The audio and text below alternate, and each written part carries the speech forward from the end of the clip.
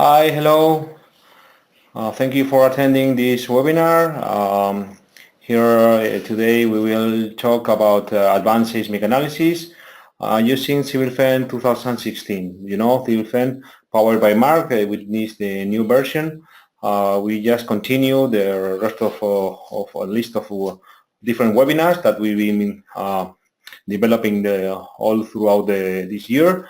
The last one was regarding the CivilFEM with dynamic analysis. As you know, dynamic analysis covers a lot of type of analysis, and we just left the seismic and spectral analysis as one of the last one because it has a lot of interesting things to talk about.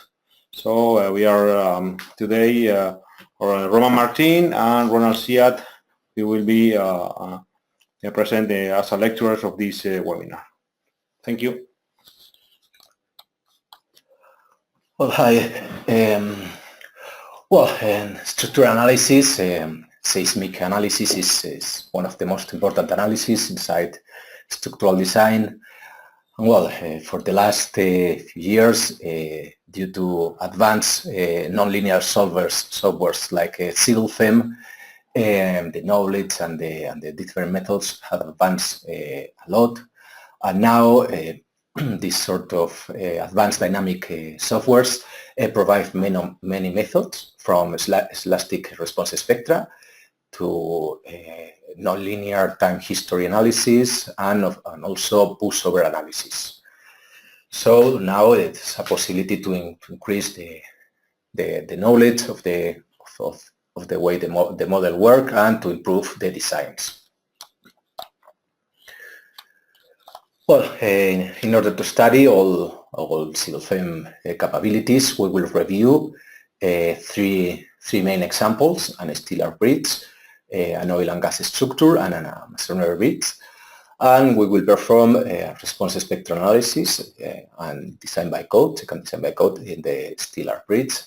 For the oil and gas structure, we will perform a pushover analysis, and we will analyze different configurations of the bracings to improve their seismic response. And the last part, we will analyze a Masonry bridge with a nonlinear transit analysis to be able to capture different behavior for tension and compression, cracking, and some other nonlinearities.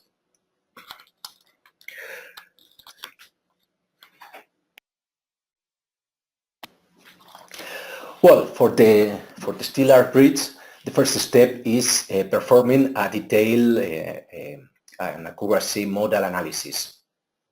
In these sort of structures, cable structures, post-tension concrete, it's very important the pre-stress state. So it's very important to take into account all these details to obtain the frequencies of the model. So let's see the example. Well, for the model analysis, just starting here, CivilFEM new analysis, we should check here model and clicking OK, we start the analysis. We can generate the model or also import the model from a static analysis or previous analysis we have previously done. In my case, I'm going to open the analysis that we have previously done.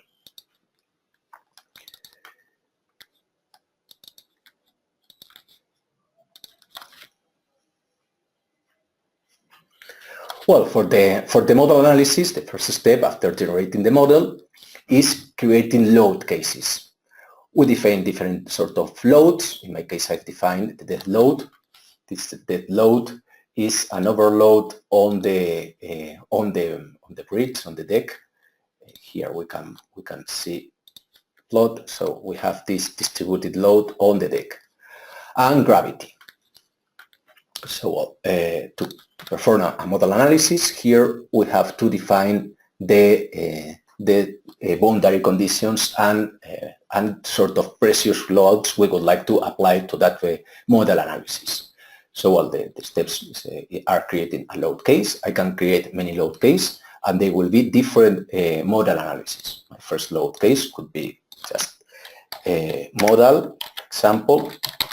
And then here to this model, I'm adding different load cases, load or boundary conditions. What I'm doing first is adding these boundary conditions, the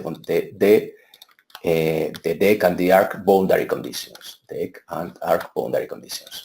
So just doing this, I have my boundary conditions defined, and if I press solve the button in the next place, solve the button, it will solve a just regular model analysis.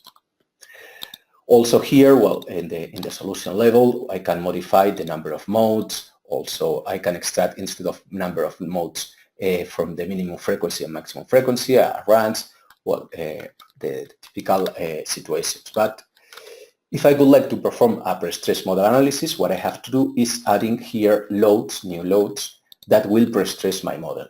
This case can be gravity and also dead load on the model.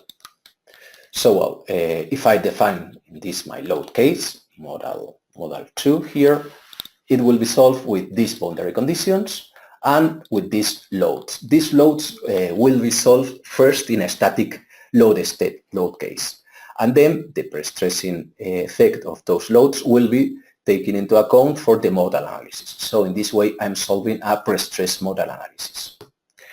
I can define many different model analysis, and the model will be solved. And the last step I can do is convert this load into masses. That is, if I only apply here the loads as I did, the pre-stress effect of those loads are taken into account. But if those loads are gravity loads, I also need to add those loads as masses. So the step is selecting the loads I would like to convert into masses, the loads, and clicking here, convert into masses. And I can select the direction of these masses, vertical, horizontal, all, whatever, the acceleration. In this way, I'm adding extra masses on my model. I'm adding also a pre-stressing effect of the loads and calculating the model analysis. Here in solution, now if I press OK, I will get three different model analysis, model 2, model, and model pre-stress. Every of them with different loads and different boundary conditions, and I will extract them all.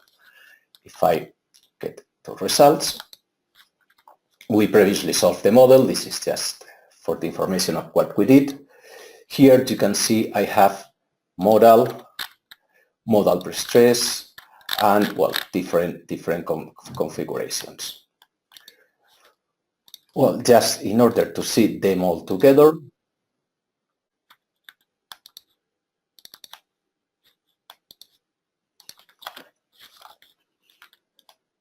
if I open the results, model with added mass, model pre-stress, and model pre-stress with added mass. In this case, I've solved 4 different model analysis altogether, 4 different load cases. The first one is this one. I can plot different modes. Mode 1, I'm going to plot total displacement, and the deformed shape. I would like to have it. I can scale it here, plot, and well, this is my first mode. First mode is like lateral displacement of the arc. If I click here in these buttons, I can advance to the next mode. The next mode, well, symmetrical deflection, vertical symmetrical deflection of the arc. The next one is double bending, well, and so on. Well, the different modes. And clicking here in the information button, I get the frequencies. 3, 10, 11, 12, okay. If I modify what I said, being a pre-stress model or with added masses, here is the different configuration I get. Click here, so remember 3, 10, 11. Now with the new masses, new pre-stressing, all the details, what I get is the first mode frequency is more or less similar because it's like lateral movement, so masses and pre-stress doesn't do much. But for the next one, 6, 7, 7, 11, I had previously 10, 11, so the modes are reduced due to this added mass and this effect. Well, if I compare the results here together, I have them all together, well, we can see this is only the modal analysis without added masses, without anything. These are the frequencies I get. This is the same, but pre-stress, just the frequencies are a little bit different, but not much, and just adding the mass without pre-stressing and pre-stressing, well, we can see it's a higher difference from this one, that is the starting one, to this one, adding pre-stressing and adding masses, 3, 10, 11, 11, and the frequencies 3, 6, 7, 7, so there's a big difference that can be important, especially the lower frequencies, that can be very important in the design and the inaccuracy of the results. So, well, in CivilFEM, to perform response spectral analysis, the first step is performing an accuracy model analysis. Then, after that, the next step is solving the response. It is solved inside the static, structural static. So, clicking here, OK, we define the static. The same way we import loads, everything. And also, between loads, we can define an spectrum. Clicking here, the spectrum, I can define the user one by points or the active code. In this case, I can define the Eurocode one because my active code is here, Eurocode. If I modify the active code to any other, I will have other spectra. Well, in the loads here, I select Eurocode 1.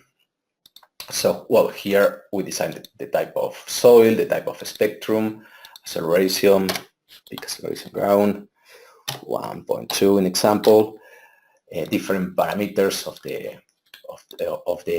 that you have to define following the code, and just clicking OK, I will have my spectra. After defining my spectra, I have to decide the number of modes that we have to select to extract, the combination type, that is CQC or SRSS, the square, summon, or the other one. And they can be pre-stressed or not. Also, I can combine the different directions, and I can select two different methods. Newmark, if I select Newmark, I have to decide to set the principal direction and the secondary direction coefficients. Depends on the sort of analysis. In some cases, this is 0.3, 0.35, 0.4. Well, in my case, I'm going to combine the three directions with their square root. And of course, pre-stress. Well, after defining this, this will be like one extra load, and here in loads, I generate my load cases, and as it is pre-stress, in my load case, I will select the spectra plus the other loads that will pre-stress the model. If I open now the model, in the example, you can always combine any type of load groups. We have the typical load groups of the dead loads, live loads, wind, etc., plus this kind of pseudostatic forces, which are the spectrum. Well, we can see here all the load cases we have. This is the response spectra that is pre-stressed with these loads, gravity and lead and dead load. So I will have the same results we saw here in the PowerPoint here, these frequencies and these results. And also I'm going to solve three static load cases. The first one, live load, death load are the same loads that we saw before, and point load, that if I plot it here, load group, point load, it's a punctual load, heavy load in the center, and the live load is an overload on the model. These are simplified load cases, just for understanding the way CivilFEM works and all the options we have with CivilFEM. After this, well, solution level, we solve the model. Here we have the different controls for solution and the different options.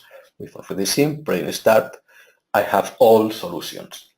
After solution is done, here in results, post-processing, I have here all results, depth load, lift load, point load, and the spectrum. I'm going to select the spectrum. And also here we have all the modes separately that I've extracted.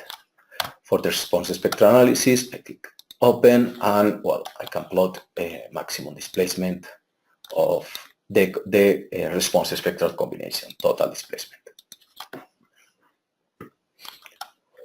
Okay, with the deformed shape, well, we can see this is the configuration of the combination. Next step is combining all these loads. The way to combine it is here, combinations. We have to combine. First, select the single load cases, select them, press OK, and combine it. The way to combine is setting here the name, Seismic combination, the name I would like to have, and then add it. For this combination, it's going to be depth load, response spectrum, and lift load. Here, okay, and in example, it's going to have depth load, one coefficient. For the lift load, I add the coefficient 0.4, and for the response spectrum, 1. So this will be my combination. Coefficients 1, 0.4, and 1 for these combinations. I define all the combinations I need, create, check here, okay, and all the combinations are solved. Here in my model, I had previously defined these combinations, which is, this is the seismic combination I created, I modified, and I have depth load, my plus left load, plus seismic, this one. This other is equal but negative, seismic in negative direction, so all forces and moment are negative, positive, and these are other combinations. Clicking here, combinations are done. I can also save these combinations and so on. After combining them, the next step is reading that combination, load file in the same way we did. So the combinations were saved here. Yeah, each combination is saved into an independent result file. I open this result file. I can plot in example axial force, which will be here the axial force. It can be plotted just in the shape of the model, or like with lines and graphs. So this is the axial force I have in my model. It can be plotted in any units. And well, now the next step is check by code to check if my model is okay or not okay. So the way to check it is here. We have here all these options. What I'm doing is checking the steel beams by the active code. This is Eurocode, but it could be any other code. Here in the environment, I can select for the structural steel, Eurocode, British, American codes. Well, we have a long list of codes we can select. After selecting the active code we would like, clicking here, we check the model. In my case, I'm going to use the Eurocode 3, and I'm going to check for bending plus compression buckling for my arcs to see if they are okay or not okay. Clicking here, the mode is checked and results are saved. I've already done it, and I'm going to load those results. Clicking here. Well, the result files has a different ending, a different extension. For the results are .rcf, and for checking results are crcf. Well, so I'm going to get checking results. These results will give us a kind of safety factor if the section are okay or not okay. This is what we are going to do.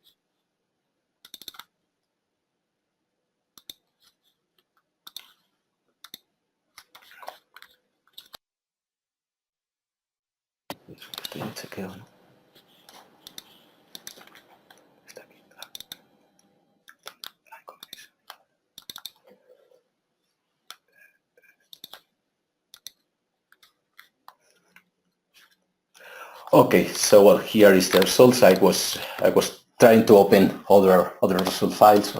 So well, the first result we have is the total criterion, the safety factor. This total criterion is defined by the Eurocode 3, that is the ratio between demand, the loads we have, the bending moments, forces and moments we have, and the capacity of the section. So it should be less than 1, 0.3. So my model is okay, it's less than 1. For this combination, well, the capacity of the section is almost 3 times the demand. But CivilFEM calculates a lot of more intermediate results. One of those results is the section class, if this class is compact, slender, or non-compact, or in the Eurocode class 1, 2, 3, or 4. That's very similar to the Indian or to the British codes. This section classification will determine the slenderness of our sections. So well, here in this case we can see it's class 4, so it is a slender section, and CivilFEM calculates once CivilFEM calculates the section class. CivilFEM calculates the reduction section properties, the reduction area, mechanical properties, inertia, taking into account the local backlinks of the different plates. So CivilFEM uses those reduction sections to calculate the capacity and compare with the demand. So well, this is the first steps we have to follow for performing a response spectral analysis and design our structure. If we are working with concrete, it's very similar, but we can also pre-stress the concrete, adding equivalent pre-stressing loads from the pre-stressing. Also, we can modify the mechanical properties and using the cracked properties in order to reduce the inertia and obtain a detailed modal analysis. And well, we can check all steel or concrete structures.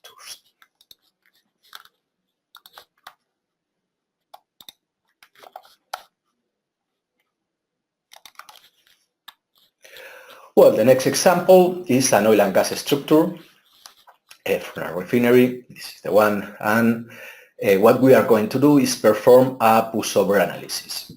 The method we are following in this case is the multimodal pushover analysis. So first we are performing a modal analysis, taking into account the deformed shape of the important modes. We will define the load patterns in the model, and we will perform the pushover analysis. This load pattern could be force control or displacement control. That is, we can perform a pushover analysis applying displacements on top, well, on the different points, or applying forces on the model. In this case, what I've done is applying forces. And the target of this analysis is checking these 2 different configurations. One with the bracings that finish in a central point, this configuration, and the other with these other configurations. This model will generate 2 different hints, one here, one the other, and this design will be more flexible. And this is more rigid. I'm having only 1 hint here, so it will be the form itself will be more stiff and less displacement on top. Well, let's open. We are going to try with the 2 configurations. We are going to apply a load until the final collapse of the structure, and compare which configuration will give us the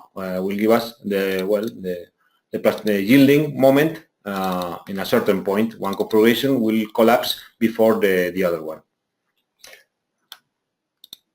Okay.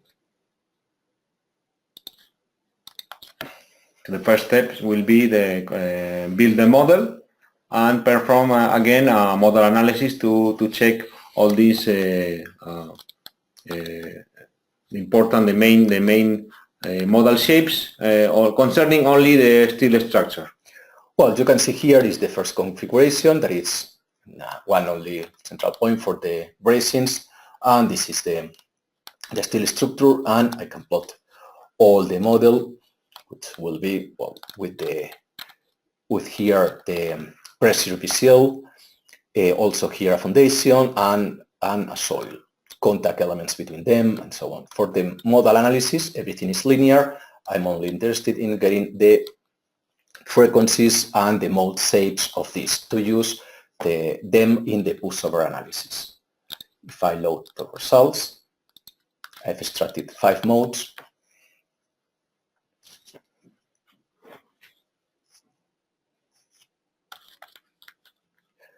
So, well, we can check now the information of each mode shape, frequencies, participation factors, masses, etc. Well, in order to see the mode shape, how they are, we can also use this bottom to plot the undeformed and the deformed shape.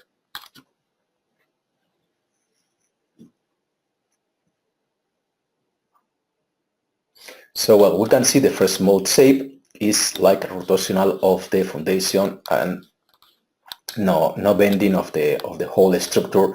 So I'm not interested in this mode because it's not generating any damage to the structure, just displacement of the base. So, well, this is not the one I would like to analyze for the pushover analysis. Of course, it's important to avoid displacement and overturning, but not the target of this example. And here we have the second mode, and, well, we can see that the displacement is following a diagonal in this case. So, well, we can see the next mode shapes, and, well, we can see most of them are, well, the next ones are symmetric and in the different directions. Now, take into account that as we have many structural elements, soil and slab foundation, that some of them will get the model shape that we are interested in. Well, also it's important the mode shape because I am going to apply equivalent forces. In this case, the mode shape is one bending like a cantilever with lateral displacement, so my forces will be proportional to this displacement. If I could have double bending, some forces will have one direction and the other, and some others in the other direction.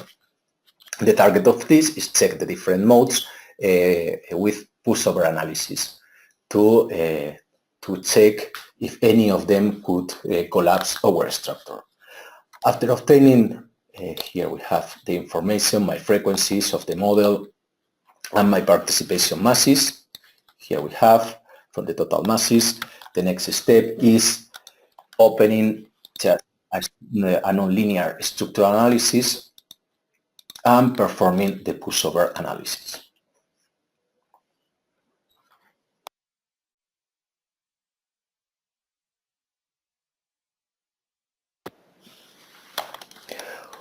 Well, here my loads that I have applied, let's see here, are these ones. Here you have are proportional to the displacement of the modes. And if I check those values, they are not only proportional to the displacement, but also to the mass of every floor of this structure. So these are the final loads that I have to apply. Also, of course, gravity. And of course, the next nonlinearity we need is a large displacement to take into account second order effect.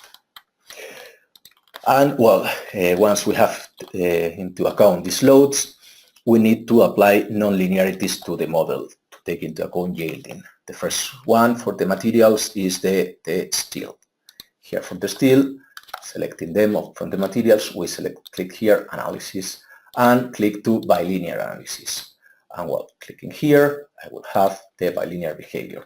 Here in analysis, in the table, I have the two behaviors of this steel if plates are, the plate thickness is less than 0.1 or over 0.04. So these two behaviors will be taken into account.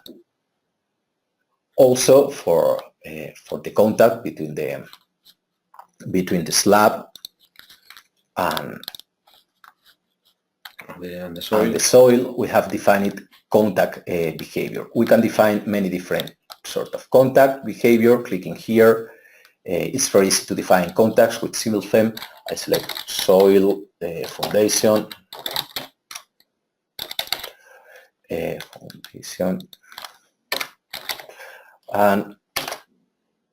and well, just clicking in the two structural elements. First the contacted, the terrain, and then the contacting, which is the foundation. And clicking here, so the software automatically defines the contacts between the surfaces.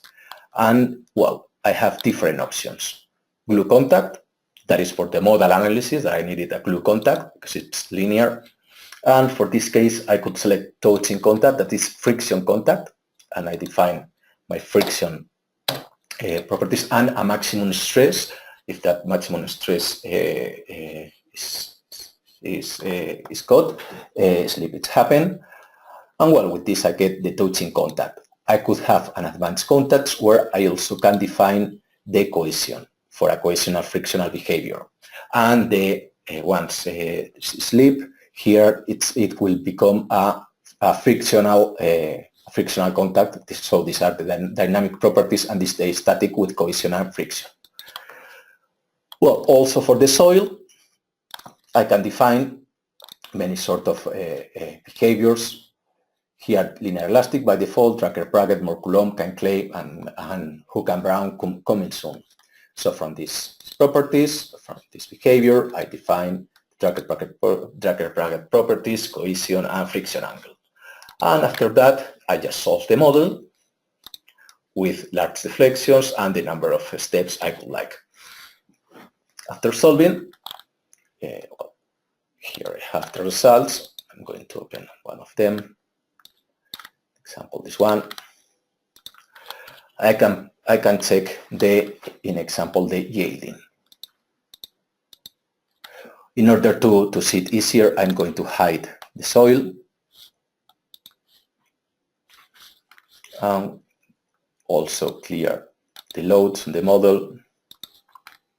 Sub-element results. And here equivalent plastic strain with the deformed shape.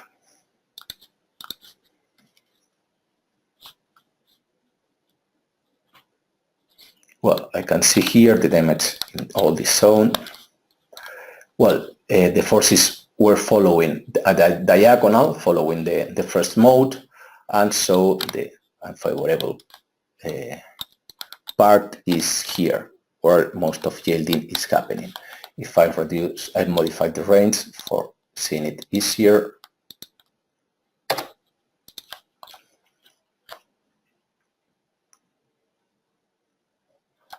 Well, here we can see mainly yielding is happening in these nodes.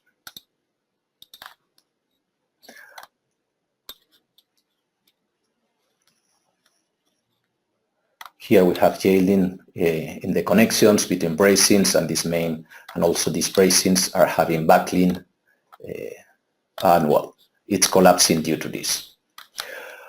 Okay, so well, I can extract now the capacity curve from my model. So the capacity curve will be displacement versus applied forces on the model. So the way to obtain that is here in the history plot. I select here. I have all my steps. I divided it into 20. All my results, and here I have the node displacement that I have previously selected. Well, I'm going to plot the capacity curve. Here is the capacity curve. We can see it's not very ductile, this solution. Yielding could start around here, and it's starting yielding, and well, finally here we get the collapse. Also, we can list these results to extract into an Excel file and compare those results. Doing the same with the other configurations. We have the other configuration. configuration 2. As we know, the time when the solution stops due to convergence because the model collapsed, we can compare one model and the other and see at what step or what value of the force when the structure collapsed. So we can compare one and the other. Well, this is the other configuration we have previously seen with two different values, two different points here. So we will have two different hints here when yielding these bracings, so it can become more flexible and not a bridge collapse. It could be more ductile, the results. So well, if I compare the results I get, here we have the video for the first push-over analysis for this configuration. We can see how this start buckling, having buckling and just yielding this part. And the other one, it's one the new configuration with 2 points here. You can see also yielding happened in the same area, the same zone here, starting here. But the other was mainly in top. Here also in this base I have some problems and buckling on this part. And just comparing both capacity curves, displacement versus force, here the displacement, here the CR force in the base. Well, I can see the first one is this, the first configuration. The stiffness is higher, but well, here it collapsed before the other one. We applied exactly the same force level here, the same force level, so we reached the same point, but one could be much more ductile. Well, so the next step is using these capacity curves for obtaining the pushover curves, making the two transform and to compare with the demand. This is the spectrum we got, and well, this is one and this is the other. We can see the demand and the first configuration. Both curves cut here in a point in the plastic zone, almost near the collapse. So this configuration is not okay for this seismic level because it will yield and almost collapse my structure. But in the other configuration, we can see here they cut in the elastic point. Well, we should check if here there's any sort of damage to improve it. And well, these other white lines are the constant period line, 0.5 hertz, 1 and 1.1, just to take into account where are my different mode shapes. And well, as I said, just for the configuration 2, that is the one that we've selected, here in this point, it's where it collapsed, almost collapsed. So, but the point I have to check is this one where both curves cut. That is this one. I have small yieldings here, so I could improve a little bit some zones, and this configuration will be okay. So well, the way to improve them here, in my case, in example, if I would like to improve this section, the only thing I have to do is select it and change the section. Example here, I can change the section to a higher one. And you can see now this is much higher. If I do it the same here in this other point, so you can see I select this one and change the cross section. So it is improved. Also inside cross sections, in my section, this one, it's a tubular section with the outer diameter and the wall thickness. I also could modify here manually, increase a little bit the thickness, and them are automatically modified. Or instead of the thickness that is not easy to see, I'm going to increase the diameter. 5 in example, so these sections will be increased. So in this way, I can redefine my model and solve it again and perform the retrofit analysis. As you can see, after redefining the cross section, you don't need to mesh again. You just need to solve. And if you do it in a loop or using Python, you can obtain a retrofit analysis very easily. Well, the next step is performing the next analysis type we can do, starting from elastic to a more nonlinear analysis, is a nonlinear transient analysis. In this nonlinear transient analysis, we can define all sorts of nonlinearities similar to the pushover analysis, and what we do is to apply the accelerogram. The accelerogram could be applied in displacement on the base, or also acceleration to the model. Well, this is the model we have selected, and it will be a cracking material. If I open this model,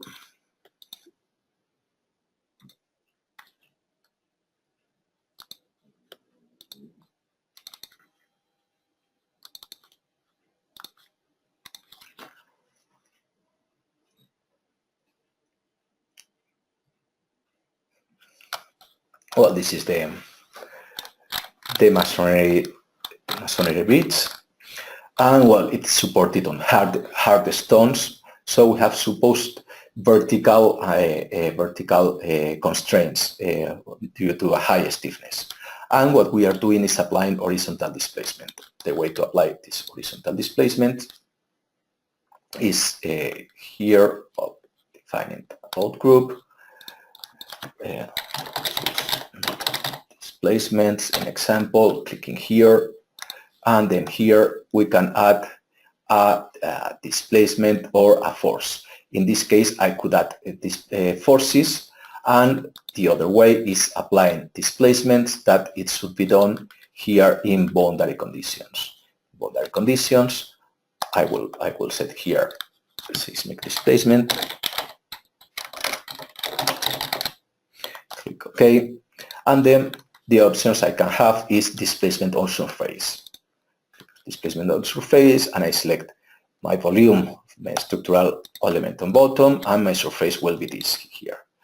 So well, I select the direction, in X direction, no, in Y direction, that is the normal direction of my bridge, and I add the displacement. It can be a fixed value, or it can be a table. I can modify it and add a table here with different values. In my case, I've imported a table, and this is the displacements we are applying on the bottom. We have repeated the same procedure in the 3 points of the bridge, and also we have added the gravity load, only self-weight, and these accelerations. So well, we got a lot of results, and we have a plot cracking of the model. Well, just to analyze this masonry behavior, CivilFEM has the option of adding cracking properties, that is defining these values of the model. For a parabolic compression low, we can add an allowable strain. With this strain that for crashing, when this strain is reached, the model crash, and the stiffness is equal to 0 in that point. And for cracking, we will have a maximum tension stress, and after that tension stress, we have a softening. For cycling loads, such as this transient seismic analysis with cycling loads, we will have this behavior in the first cycle. The different cycling loads will have, with the same value, there will be a softening where the crack width is higher, strain, and well, for the same stress level, the same load level, until it cracks completely. So well, those values are set here in the material, general material with masonry properties, and here we select crack with the critical tension stress, shear retention. It means 0.5, it means only 50% of shear stress crosses the crack, and softening modulus, the softening modulus, that modulus for the different cyclones. And after solving it, we have extracted an animation of the model that is this one. Here we can see the displacement, and what we are plotting is the crack strain, the crack width. So it's opening and closing. We can see first cracking starts in the base of the columns, and when the seismic level is increased, also here in some arcs are appearing some damage.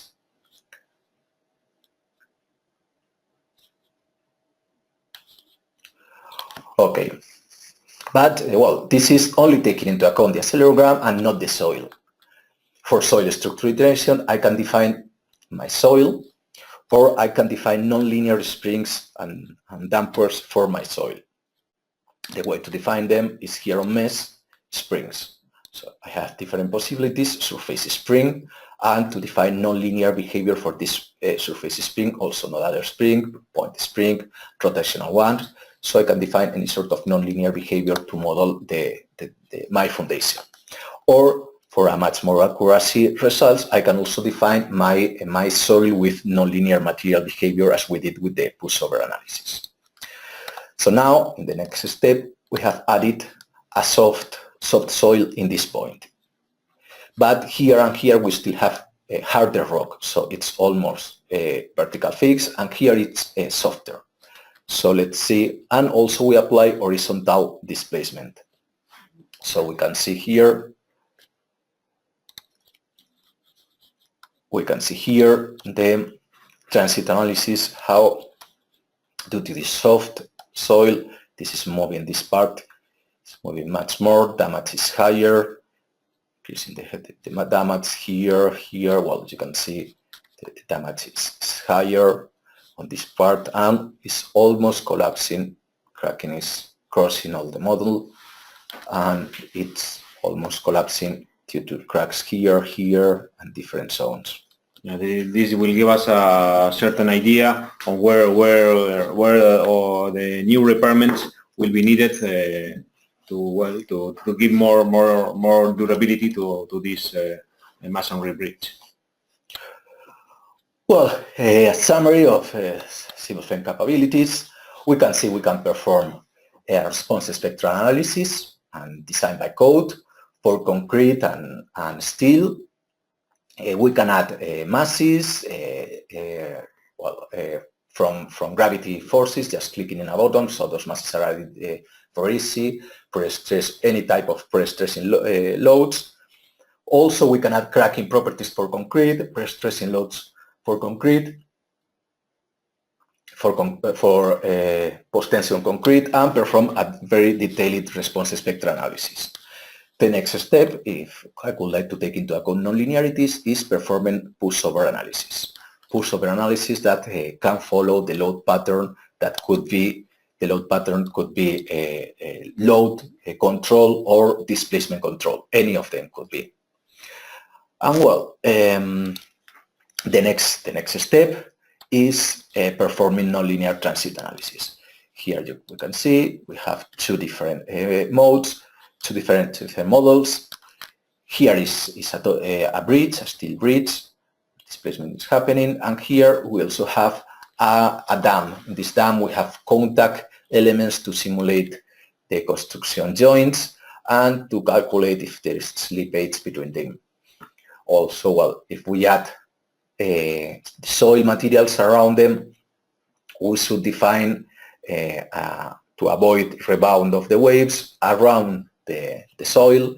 We should define absorbing properties with those dampers and nonlinear springs around the model to be able to perform a soil structure iteration in detail.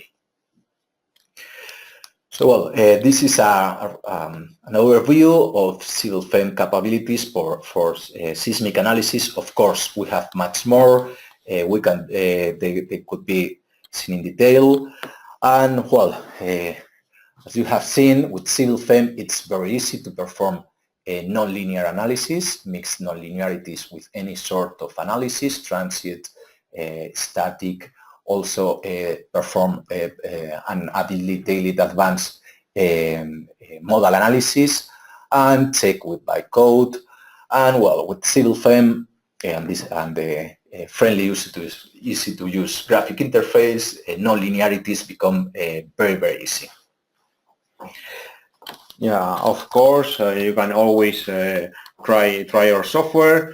And if you need more help, you can as well enroll to any of our courses in the International Center of Computer-Aided Engineering courses, which is the website is you have it here, icawec.com, and here in courses you can have many introduction courses or more advanced courses available in our website. We have, as Ronald said, online trainings for finite element analysis and for CivilFEM as well.